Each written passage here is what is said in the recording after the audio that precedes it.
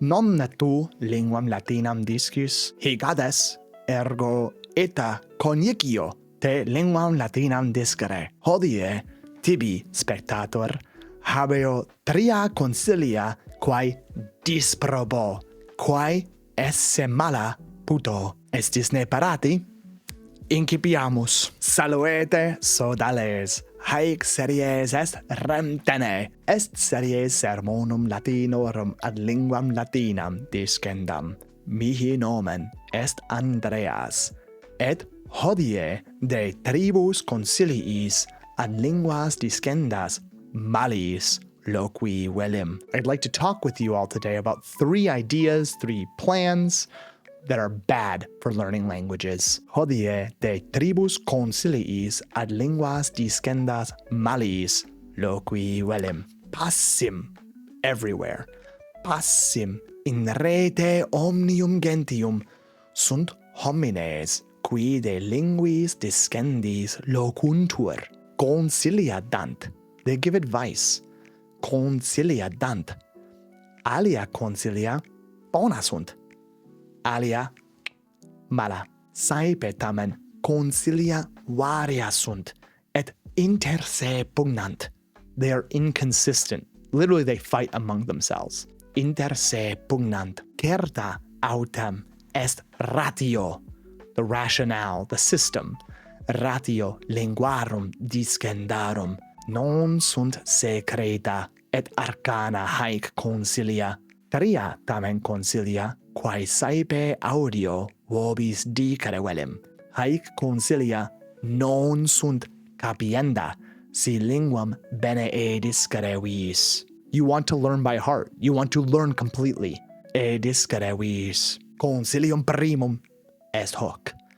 Omnia vertere in sermonem patrium. Multi homines cum noam linguam discant hoc agere volunt. In initio interdum necesse est. Si semper hoc egeris, if you always do this, si semper hoc egeris tamen lentissime et male disces. Concilium secundum est hoc.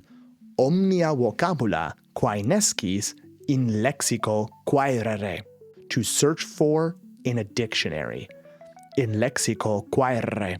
Vocabula maxime e circum iacentibus, from context, e circum iacentibus suas significationes habent. Ecce exemplum. Ignum facio, quia frigidum est caelum. Conradum, amicum meum, magni facio, quia bonus amicus et magister est. E circum iacentibus sensum vocabuli faciendi differre videmus. Haec in lexico quaere possumus sane, sed lentius et difficilius est.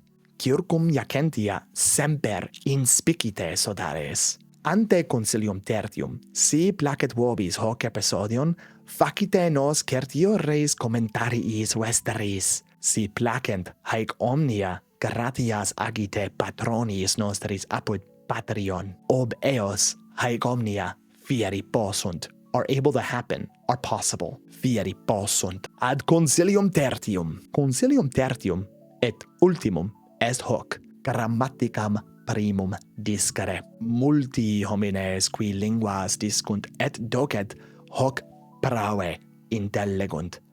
Lingua non e grammatica venet. Grammatica e lingua venet. Linguam disce, non grammaticam. Postea, si vis, grammaticam discere potes. Multi tamen sunt, qui linguis non patriis locuntur, nec grammaticam sciunt. Grammaticam discere saepe est obstaculo nobis, non beneficio. Tene, iterum totam rem dicam, Calerius, et sine vocabulis Anglicis. Concilium hoc iterum audire est bonum concilium, non est malum. Ergo, audi haec omnia iterum. Salvete, sodales, haec series est Rem Tene, est series sermonum latinorum ad linguam latinam discendam. Mihi nomen est Andreas, et hodie de tribus consiliis ad linguas discendas malis loqui velem passim in rete omnium gentium sunt homines qui de linguis discendis loquuntur conciliadant. Alia concilia bona sunt, alia mala. Saepe tamen concilia varia sunt, et inter se pugnant. Certa autem est ratio linguarum discendarum, non sunt secreta, et arcana haec concilia.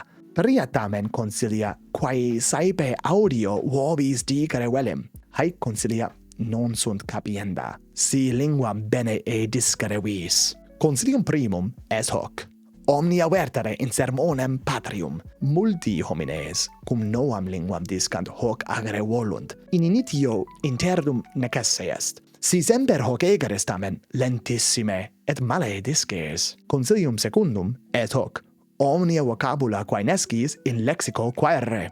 Vocabula maxime e circum iacentibus suas significationes habent. Ecce exemplum: ignem facio, quia frigidum est caelum. Conradum amicum meum magni facio, quia bonus amicus et magister est. Et circum iacentibus sensum vocabuli faciendi differre videmus. Haec in lexico quaere possumus sane, sed lentius et difficilius est. Circum iacentia semper inspicite sodales. Etiam sequemini canalem Conradi est optimus, legamen in descriptione huius pelliculae est. Ante concilium tertium, si placet vobis hoc episodion, facite nos certiores commentariis vestris. Si placent haec omnia, gratias agite patronis nostris apud Patreon. Obeos, haec omnia fieri possunt. Ad concilium tertium. Concilium tertium et ultimum est hoc: grammaticam primum discere. Multi homines qui linguas discunt, et docent hoc prave intellegunt. Lingua non e grammatica venet. Grammatica e lingua venet. Linguam disce, non grammaticam. Postea, si vis, grammaticam discere potes. Multi tamen sunt, qui linguis non patriis loquuntur, nec grammaticam sciunt. Grammaticam discere saepe est obstaculo nobis, non beneficio. Bene, satis est. Haec hodie habui quae dicerem. Quid vos? Vos ne mihi assentimini? Sunne etiam alia concilia, quae primum bona esse videbantur? Iam tamen non? Nobis scribere potestis apud situm nostrum, habesnelac.com, linea inclinans contact. Etiam infra inter commentarios haec omnia scribere potestis. Volumus audire responsa vestra, ergo scribite.